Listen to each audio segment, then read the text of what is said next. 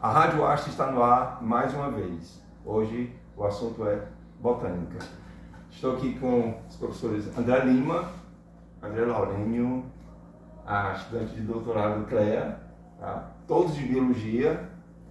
O professor André Laurênio é licenciado em biologia pela FAFIRI, mestrado e doutorado em botânica. Professor André Lima é rural o tempo todo, desde o começo, né, professor? Desde a graduação. Graduação, mestrado e doutorado em botânica. Isso. E Cléa cursou bacharelado em ciências biológicas aqui na UASH, fez o mestrado Produção vegetal aqui na da UASH. UASH, o doutorado na UFPE, no momento. Botânica. Biologia vegetal. Biologia vegetal. Bom, gostaria que, vamos começar aqui por André Lima. Fale um pouco sobre os seus projetos na universidade, as disciplinas, os cursos onde você leciona, André. Muito bem. Antes de mais nada, desculpa. Obrigado pela presença de certeza. todos. Um prazer estar aqui com vocês. Para mim é um prazer também poder falar um pouco, né, da área que a gente trabalha e da rural, da UASH, né, nossa história. Eu sempre trabalhei na área de botânica, né, desde o meu início da graduação. Essa semana foi um dia, inclusive, muito simbólico, né, porque fez 24 anos, antes de ontem, dia 21, fez 24 anos que eu entrei na rural, né, como aluno, né, dia 21 de agosto de 2000. E também foi os 21 anos, ou os 18 anos, né, da UASH, coincidentemente, né, e isso para mim é muito simbólico. Eu tenho para a rural como um casamento, na verdade, né. Gosto demais de trabalhar, sempre gostei de trabalhar na rural. E, como eu disse, desde o início, né, na minha graduação, eu comecei realmente trabalhando na área de botânica, né, e permaneci a graduação, fiz iniciação científica, né, e no final da minha iniciação científica já ingressei também no mestrado e depois no doutorado, né, e aí por diante. Depois a gente pode conversar mais um pouco sobre isso. Então eu trabalho basicamente sobre o funcionamento de plantas, né? Como as plantas respondem às condições do ambiente, né? Como as plantas conseguem, por exemplo, florescer em uma determinada época, por que perdem folhas, como é que renova a folha, questão de órgãos de reserva, né? Tudo isso faz com que a gente entenda como a planta está respondendo a determinada condição do ambiente, né?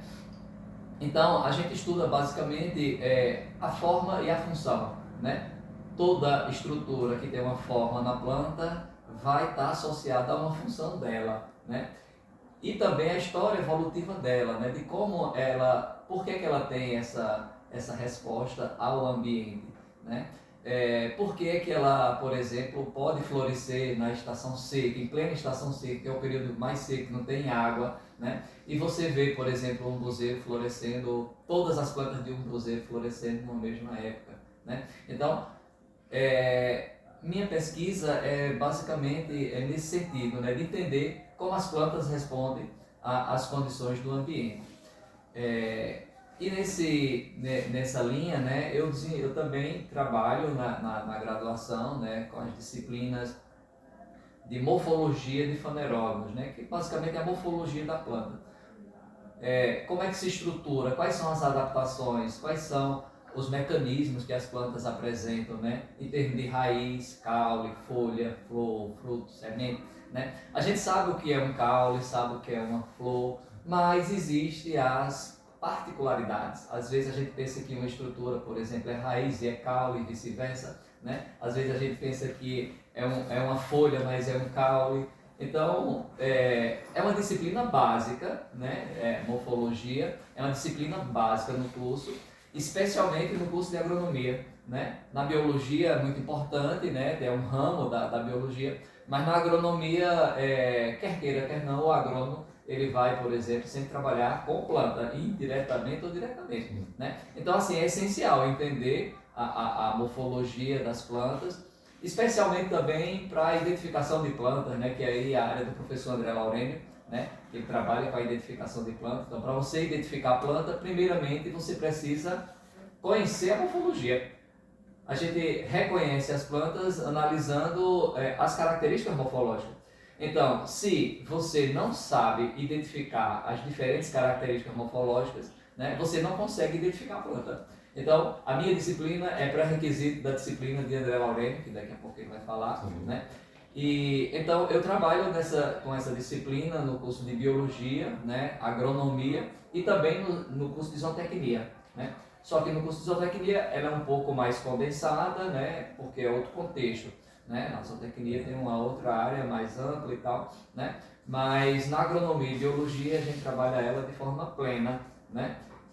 E o produto final é isso, é você, aluno, né, saber identificar as características, reconhecer essas características, qual o material didático, o livro que você pode recorrer para poder identificar. Eu sempre costumo dizer que na disciplina de morfologia, o discente ele vai aprender um novo idioma, né? Porque é um glossário, né? Sim. Mas só que a gente busca não necessariamente a decoreba, né, dos termos, a gente busca realmente entender, até mesmo etimologicamente, né, a origem das palavras, para não ter que ficar decorando termos, né?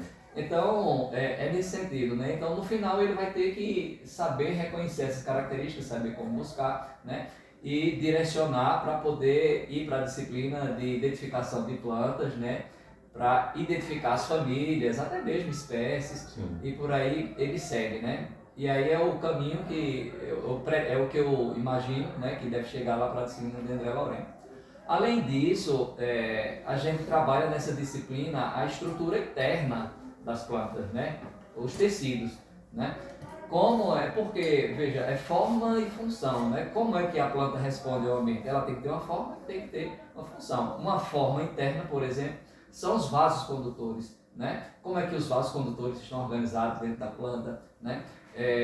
Como é que se tem muita fibra, que tipo de fibra, né? Então, também a gente estuda a parte interna da planta. Então, a metade da disciplina é morfologia externa e a outra metade da disciplina é a anatomia propriamente. A gente estuda no nível de célula, tecidos, os diferentes tipos de tecidos e como os tecidos estão organizados em raiz, caule, folha. Ou seja, o aluno ele tem que terminar o curso e saber olhar para uma imagem de um corte anatômico, né? E saber dizer se é de uma raiz, se é de um caule, se é de uma folha, pela organização dos tecidos. Então ele tem que saber disso, né? Isso é inegociável, tem que saber isso. Os termos biológicos, eles se conectam uns com os outros, né? Tudo faz sentido na natureza. E quando você falou em decoreba, me lembrei que no tempo que já faz muito tempo, né, de escola, na época a biologia era uma matéria de decoreba, né? Até química, em certas áreas da química, era considerada decoreba. E o meu orientador no mestrado, doutorado, eu conversando com ele, uma vez ele tocou nesse assunto, ele disse: não sei por que há anos atrás o pessoal tratava biologia e outras áreas como decoreba. Isso tudo faz sentido, né? Tudo tem uma certa lógica, a gente pode dizer assim. Então não tem que decorar termos. Não tem que entender o sentido da conexão, o significado da palavra, tudo isso faz sentido. Exatamente. É verdade. Exatamente. Professor André Laurênio, obrigado, André Lima. Vamos continuar o papo ainda. Vamos, se você quiser intervir aqui em algum, fique à vontade. André Laurênio, sua vez. Quero agradecer, né, o convite para estar aqui hoje, né? Não é todo dia que a gente pode falar um pouquinho do que a gente faz. Isso é bem legal, né? Eu comecei, na verdade eu costumo dizer que eu nasci biólogo, porque essa área me interessa desde pequenininho, desde criança, e os nomes científicos vêm nesse pacote.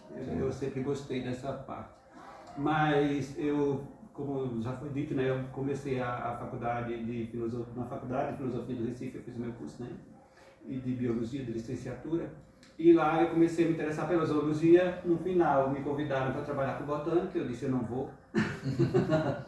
Aí eu vi a possibilidade, me convidaram de novo depois de 6 meses, aí eu vi a possibilidade, eu não vou fazer o quê? Vou ficar desempregado? Aí eu resolvi entrar realmente na botânica, fazer um estágio. Me apaixonei na primeira semana pela botânica e estou há 30 anos na botânica e, por coincidência, esse ano faz 30 anos, fez no dia 28 de julho, que eu estou na botânica. Então, é que eu estou na Rural também. Eu comecei como estagiário já depois de formado, com uma bolsa que nem existia para um aluno de biologia, que era uma bolsa de desenvolvimento industrial. E essa bolsa foi conseguida porque a gente precisava de recursos e, no final das contas, as professoras conseguiram esse recurso, porque o desenvolvimento do Nordeste é sempre considerado inferior às outras regiões, né? Então, essa bolsa foi aceita e eu acabei pelo CNPq e eu fiquei com essa bolsa, né? Então, em 2008 foi que eu entrei aqui na Rural para ser professor. Eu ministro as disciplinas de botânica sistemática na agronomia, de sistemática de fanerógamas na biologia e de botânica sistemática de plantas forrageiras na zootecnia, né? Então, todas voltadas para a sistemática. Eu sou o professor que atesta o bom trabalho de André Lima, né? Porque na minha disciplina a gente realmente precisa da morfologia para poder identificar as plantas, é a base disso, né? E esse trabalho coincide com todas as minhas pesquisas. Na verdade, a minha sala de aula ela está totalmente envolvida com o que eu faço em relação às pesquisas. Ela não tem nenhuma discrepância, porque sempre, inclusive eu aprendo muito em sala de aula, os alunos comentam características de plantas, comentam os nomes populares, e eu vou aprendendo. Eu não sabia os nomes populares das plantas da caatinga quando cheguei aqui, e aprendi quase todos em sala de aula com os alunos, né? Então, assim, a gente é uma troca, né, nesse sentido, mas as minhas pesquisas são voltadas para a sistemática vegetal, né, que envolve a taxonomia, que é aquela questão de descrição, identificação, nomenclatura e classificação, e também a parte de filogenia, né, que é a parte de desenvolvimento, de origem e evolução das plantas. Então, a gente está começando a ingressar nessa parte mais a fundo, mas desde sempre trabalhei com taxonomia vegetal, com grupos, na verdade eu sou considerado generalista, né, porque consigo identificar várias famílias, mas meu foco, minha família principal que eu estudo é leguminosa. Eu comecei com leguminosa lá no comecinho, ainda comecei a estudar leguminosa, passei os 2 primeiros anos com leguminosa no meu estágio, mas depois eu ingressei em Euphorbiaceae por influência de um professor que veio dos Estados Unidos e deu uma aula maravilhosa. Todo mundo que assistiu aquela aula praticamente passou a estudar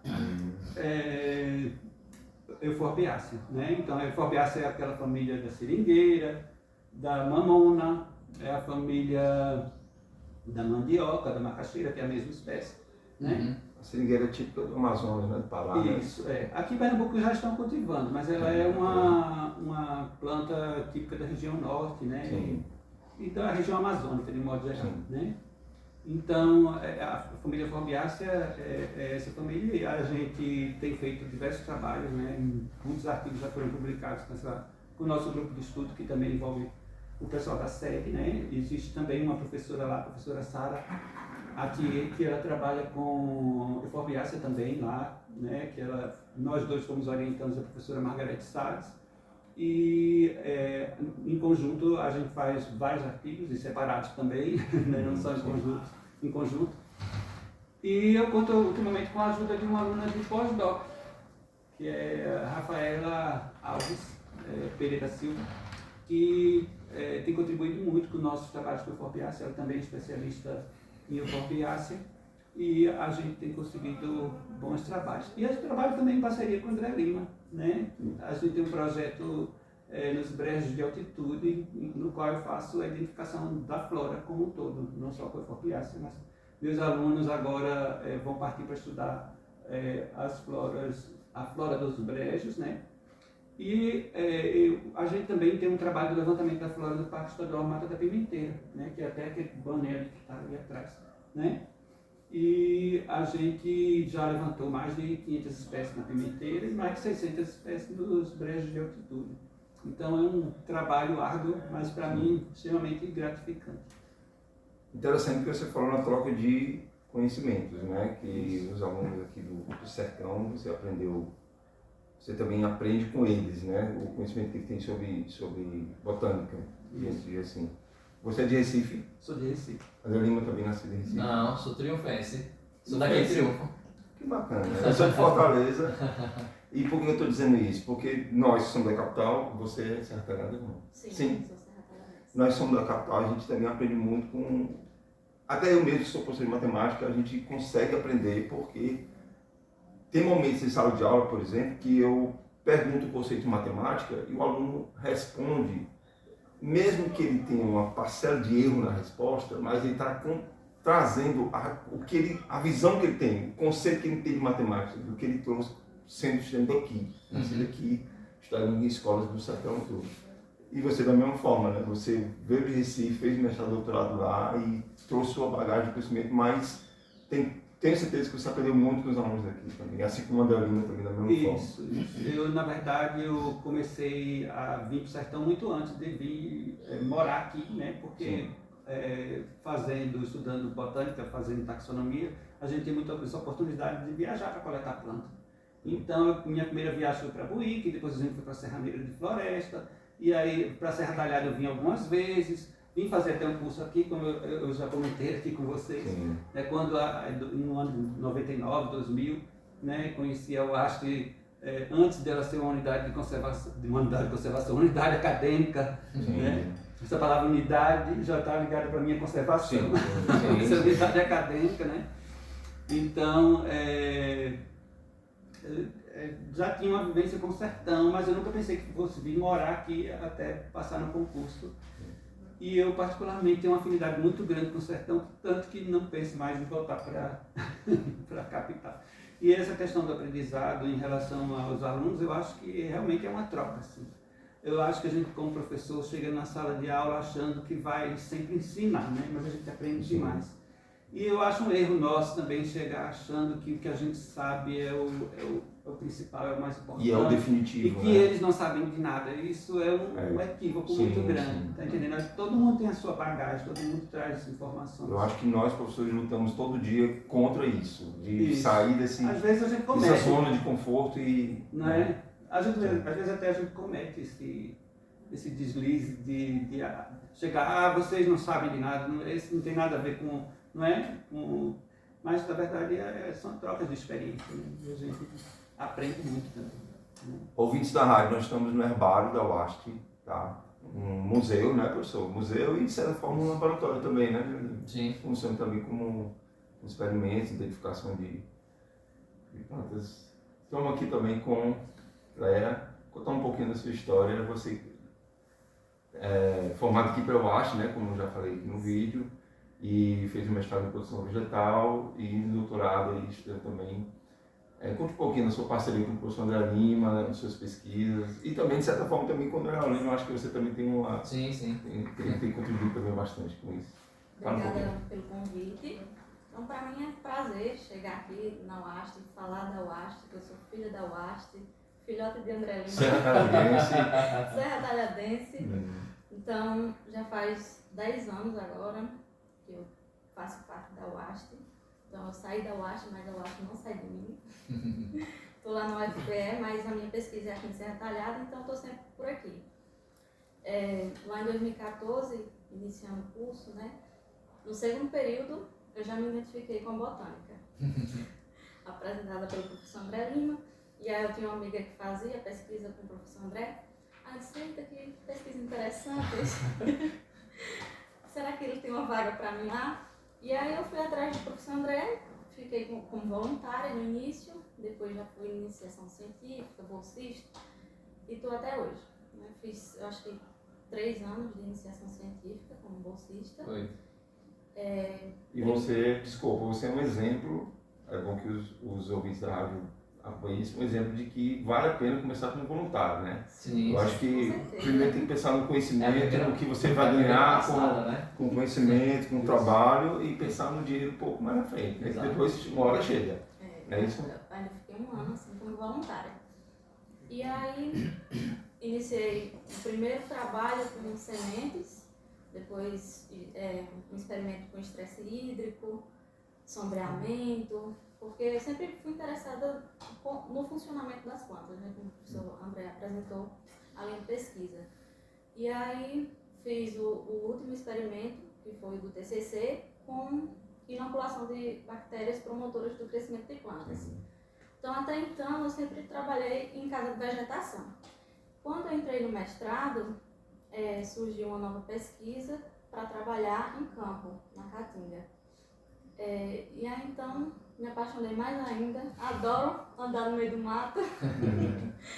E nessa pesquisa que eu continuei agora no doutorado, é sobre fluxo de seiva de árvores, né, da caatinga, de diferentes grupos de plantas, né, como essas espécies conseguem sobreviver nessas condições climáticas da caatinga. E também carboidratos não estruturais, né, porque as plantas têm diferentes estratégias para armazenar açúcar, né, tanto no caule como na raiz. Então, busco entender essa dinâmica, né, de fluxo de água e carboidratos não estruturais. Claro. Só um detalhe. Explica como é que é esse fluxo de seiva. Como é que tu faz para identificar o fluxo de seiva? O que é isso? Então, é um método, né, que foi criado há muitos anos, né? Então, fizemos a construção desses sensores de fluxo de seiva em parceria com uma pesquisadora lá dos Estados Unidos. Ela veio para cá, passou um ano e me apresentou essa metodologia. Trabalhei com ela durante o mestrado e aprendi né, a construir sensores. E aí eu disse, agora eu vou ampliar. Sim. Instalei em 30 árvores, né, juntamente com outros alunos aqui do professor André, nosso grupo de pesquisa. Todos aqui na região, aqui em Central, mesmo? E aí são 2 sensores, né? São sensores de calor, então a gente estima o fluxo através dessa transferência de calor. Né? Se o fluxo de água está sendo muito rápido, então a diferença entre uma sonda e outra é pouca, porque o calor vai sendo levado. Então, se o fluxo de água é baixo, a diferença é grande entre uma sonda e outra. Então, existem alguns cálculos, né? Eu sempre fugi dos cálculos, mas não teve jeito. A física faz parte aí, porque se fala de fluxo de água, se fala de calor. Interessante que esses sensores, professor, você coloca é como uma agulhinha no caule da planta, né? E ela está ligada por fios a um data log, um equipamento que fica registrando o tempo todo, 24 horas, o fluxo, entendeu? Então é continuamente, é contínuo, né? você tem informações de janeiro a janeiro de como a planta se comporta 24 horas por dia, de janeiro a janeiro, né? Conforme o fluxo da seiva. E isso vai retratar como a planta está funcionando por dentro, que a gente vai observar ela por fora, né? Por exemplo, ver se ela está florescendo, está brotando, se está tendo fluxo, né, dentro dela, porque para ela poder expressar, né, as características externas, tem que ter alguma movimentação por dentro da seiva. E aí a gente registra justamente isso, esse Quais são as fluxo. espécies, Cléia? São muitas? São 6 espécies, né? As amburanas, a burana de tambão, a burana de cheiro, o umbuzeiro, o juazeiro, a catingueira e o pereiro. Então são diferentes grupos, né, diferentes estratégias que essas plantas têm. E a gente busca responder algumas perguntas como quem pode tolerar mais a seca em cenários futuros, né, de secas mais prolongadas. Então é nesse intuito, né, de responder essas questões que a pesquisa está sendo feita. Interessante, né? Por causa da questão das mudanças climáticas, né? Exatamente, a gente está presenciando agora secas mais intensas, mais prolongadas, irregularidade de chuvas. Então tudo isso vai influenciar no comportamento dessas espécies na caatinga. E aí agora eu estou finalizando, né, doutorado, a tese que eu vou qualificar em breve, semana que vem, minha qualificação. E eu sou muito grata ao UAST por tudo, né? A UAST me abriu muitas portas e agora vou ter a oportunidade de fazer o doutorado sanduíche na França. Então estou muito animada para essa experiência, para adquirir mais conhecimento, trazer, quem sabe, de volta para o UAST. Parabéns. Fico muito feliz em você falar isso. Obrigada. Porque eu estou há 15 anos, um pouco mais de 15 anos aqui na UAST e já vi vários exemplos de alunos que ou estão no mestrado, estão no doutorado, estão trabalhando, estão estudando fora do país. Isso é gratificante demais. A gente tem a nossa contribuição, nossa parcela, nós como professores e os próprios estudantes também constroem esse... Porque se não fosse a UAST, né, a interiorização da universidade, não teria essa oportunidade, né, que eu vou ter agora. Então, estou muito animada, com muita expectativa, né, de aprender novas técnicas, né, que não tem aqui na universidade. Então, espero aprender muita coisa, quem sabe, né, retribuir para o AST tudo, né, que eu aprender, trazer de volta. Sem dúvida. Eu entendo que a UAST veio para cá foi meio que uma estratégia, né? Porque se você parar para pensar, a Secretariada fica no centro do estado. Se for calcular o centro geométrico do estado, a Secretariada fica a distância de Secretariada para o final de Pernambuco é praticamente a mesma para Recife, quase praticamente iguais, né? E além disso, é a maior cidade do sertão do Pajeú, né? Então, assim, muitas pessoas que moram em cidades próximas se beneficiaram com a UAST também. São muitas cidades, né? Até cidades mais distantes isso até. É o próprio herbário, só existe herbário no Recife e em Petrolina. O único herbário da região central é esse, né? Do sertão central. Sem contar que o herbário aqui, né, tem uma coleção que não tem lugar nenhum, né? Porque o esforço de coleta, o que é que a gente chama de esforço de coleta? É o quanto você vai no campo fazer as coletas, né? Sim. Então, um trabalho, só para ter uma ideia, né? Antigamente, quando não tinha a UAST, tinha que se vir de Recife. E era um grupo de pesquisadores. Ninguém fazia um trabalho de coleta aqui se não tivesse um projeto com muito dinheiro, entendeu? Hoje a gente sai daqui, é o quintal da UAST praticamente, né? A gente vai na Pimenteira, coleta, né? Não precisa lá de grandes recursos, né, para coleta. Ou seja, uma coleção de plantas, ela está associada a muito dinheiro, né? Porque por trás tem diárias, né, de motorista, de pesquisador, combustível, carro, hospedagem, né? Tudo isso é muito caro, né? Quando você bota uma equipe de 10, 15 pessoas no carro para ir para o campo, custa muito dinheiro, né? E aqui a gente vai no dia e volta no mesmo dia, só uma despesa mínima, né? Não se compara. Então o esforço de coleta que a gente tem aqui e compõe aqui o acervo do herbário é muito representativo, né? E André Laurênio tem esse trabalho espetacular e a gente fica admirado, né? Porque a gente publicou um livro em 2013, não foi, Laurênio, da Pimenteira, que tinha 250 espécies. Por aí. Aí 10 anos depois, menos de 10 anos, já está quase 500 espécies, né? Que tem amostrado aqui para a Mata da Pimenteira. Então você veja a quantidade de novas espécies, né, que foram coletadas, que está armazenada aqui, que não tem em nenhum lugar uma coleção completa de uma área de caatinga assim, daqui da região, né, que tenha tantas amostras, né, e uma grande diversidade. Então tudo isso está relacionado com essa amostragem que se faz no campo. E é importante fazer um alerta também. O herbário tem uma coleção dos brejos de altitude. E os brejos de altitude da região do Pajeú estão desaparecendo, né? E a gente tem que tomar cuidado para que isso não aconteça. O fato de a gente identificar plantas raras, endêmicas, ou com ocorrência em Pernambuco só nessas florestas, faz com que a gente tenda a querer proteger essas florestas. Sim, conservação, e a gente tem Triunfo, em Santa Cruz da Baixa Verde, principalmente, são as florestas que mantêm a água. Né? São essas florestas que fazem com que os olhos d'água não desidratem, não sequem totalmente. Né? Então, é importante que a gente crie unidades de conservação nessas matas e aqui o herbário funciona como um apoio para isso.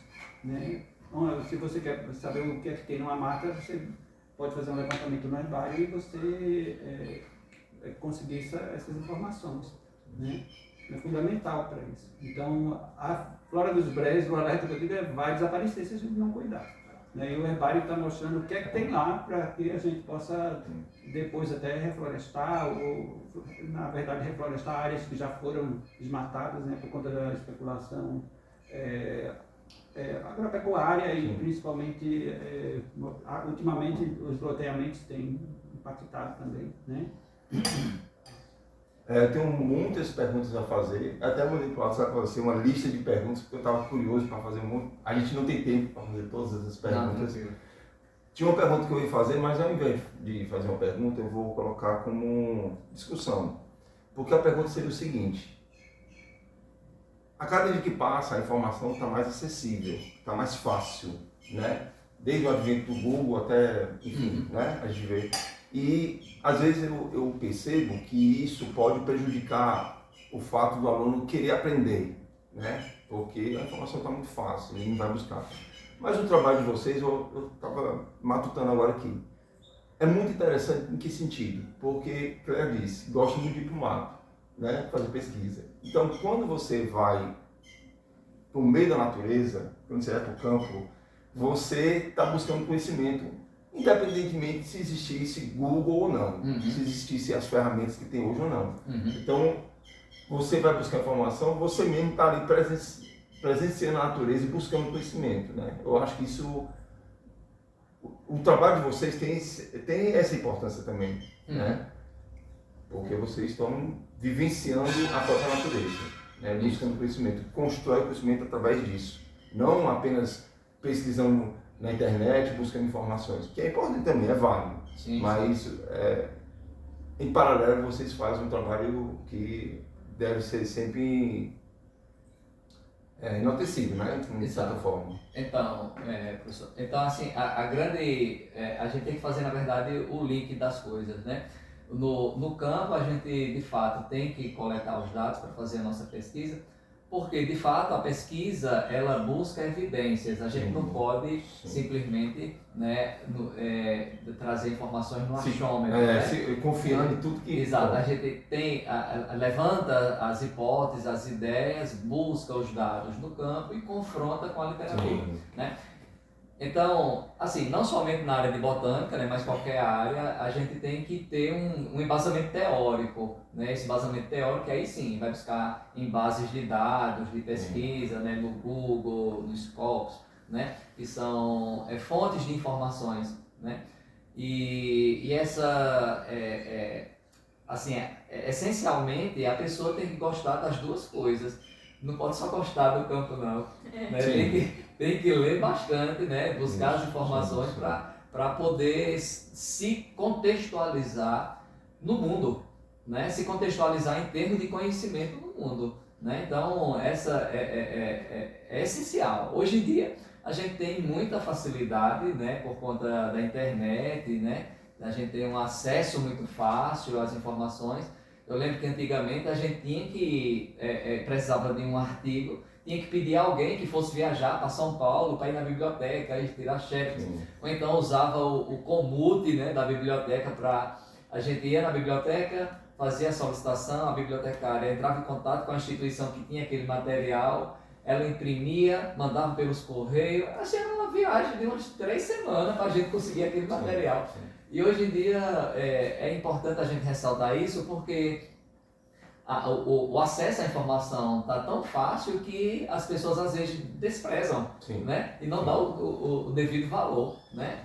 Quando deveria dar um grande valor, né? Porque realmente a informação custa muito caro, né? O governo paga milhões, né, por portal de periódicos, por exemplo, para a gente ter acesso à informação científica de qualidade. Né? É um contrato que ele paga. Por isso que a gente, quando acessa o portal de periódicos, nessas bases de dados que tem na internet, né? Se você não entra com uma identificação da universidade, você tem que pagar 30 e tantos dólares, né? Por um artigo. E na universidade você acessa de graça, entre aspas, né? O governo está pagando, né? E isso é a porta da pesquisa. Se não tem um acesso à pesquisa, à busca de literatura, você não consegue fazer pesquisa, você fica isolado do mundo. Não basta pesquisar, tem que saber pesquisar. E um dos aspectos interessantes disso tudo são os nomes científicos. Né? Se você não tem os nomes científicos, como você vai fazer uma pesquisa?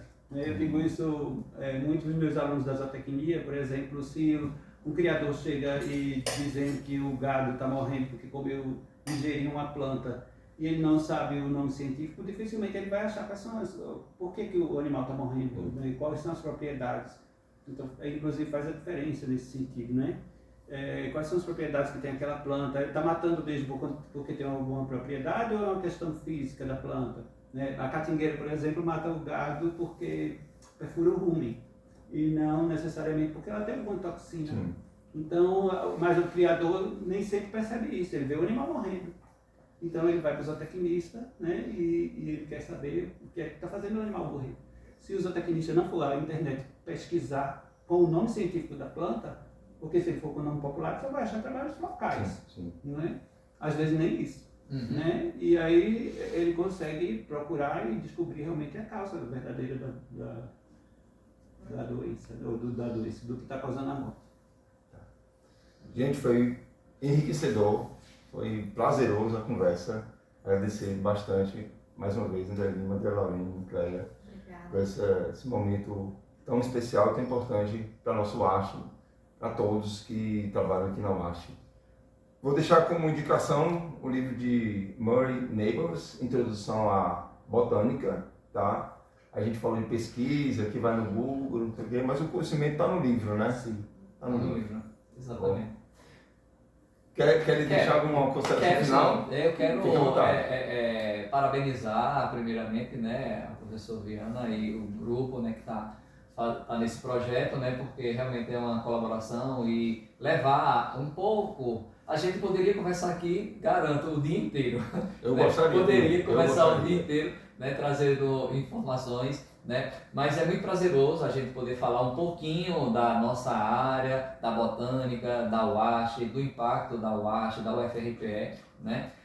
Na vida das pessoas, né? Um número interessante é que da UAST já saiu mais de 5.000 concluintes, né?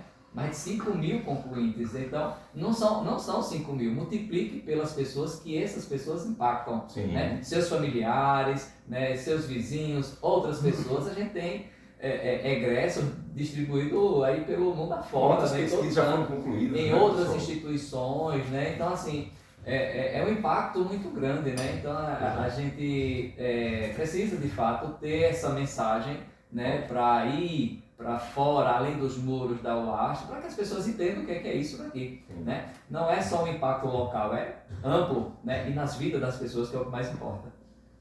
Muito obrigado, professor. Laurine, deixa seu mensagem Eu também final. quero agradecer, né, por participar desse momento, eu acho que é muito importante. Eu quero também agradecer as equipes da gente, né, que a gente trabalha em equipe, a gente não trabalha só, né, sempre trabalha com orientandos de graduação, de mestrado, de doutorado, de pós-doc, de ex-orientandos, de parcerias também, de modo geral, né. Mas eu também quero fazer um convite. Convido a Rádio UAST aí um dia de campo com a gente. Pronto. Eita, coisa top demais, mano. Eu acho que seria muito bonito. Eu não estava nem esperando por esse convite. Tá ótimo. Vamos sim, vamos sim. Eu acho que tem muita coisa interessante que a gente pode conversar e mostrar o trabalho da gente. Agradeço muito pelo convite. Que bom, que bom. Cléia, considerações finais? Muito obrigada pelo convite, pela oportunidade de falar um pouquinho da minha pesquisa, do orgulho que eu tenho de ser filha da UAST.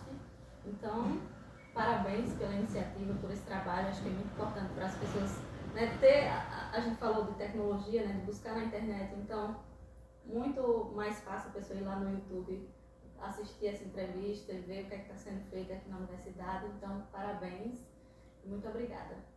Agradeço. Deixa eu deixar só uma fala final. Eu sou rato de biblioteca. Eu gosto muito, de vez em quando eu estou lá buscando um livro. Aí, como teve estava programado esse nosso encontro, eu pensei, não vou levar um livro botânico para apresentar usando como indicação. E esse dia eu estava lendo um pouquinho do livro, né? E aí veio à memória quando eu era estudante do ensino médio. Eu prestes a fazer um vestibular, eu só queria estudar matemática e física. E a minha mãe ficava dizendo, eu sempre contei isso para as pessoas, meu filho vai estudar biologia, vai estudar química, geografia, português. Você só quer estudar matemática e física, já estou tentando resolver um monte de questão. E eu ficava só naquela. Aí, hoje em dia, eu fico pensando, se eu voltasse no tempo, eu ia dedicar um pouquinho mais para as outras áreas. Porque a gente vai estudando, por exemplo, no caso de você, biologia, a gente vai ver como é rico, quão rico é, em particular a botânica, né? Claro que a biologia em geral é muito rica, mas em particular, como a área de vocês, como a botânica, ele começa a ler e começa a perceber como tem coisas interessantes demais, que eu poderia ter aprendido um pouco mais quando eu era mais jovem. Verdade. Não é legal? É isso mesmo. A Rádio UAST é a maior rádio universitária do sertão de Pernambuco. Obrigado por se ouvir, curtam, comentem e compartilhem. Boa sorte para todos.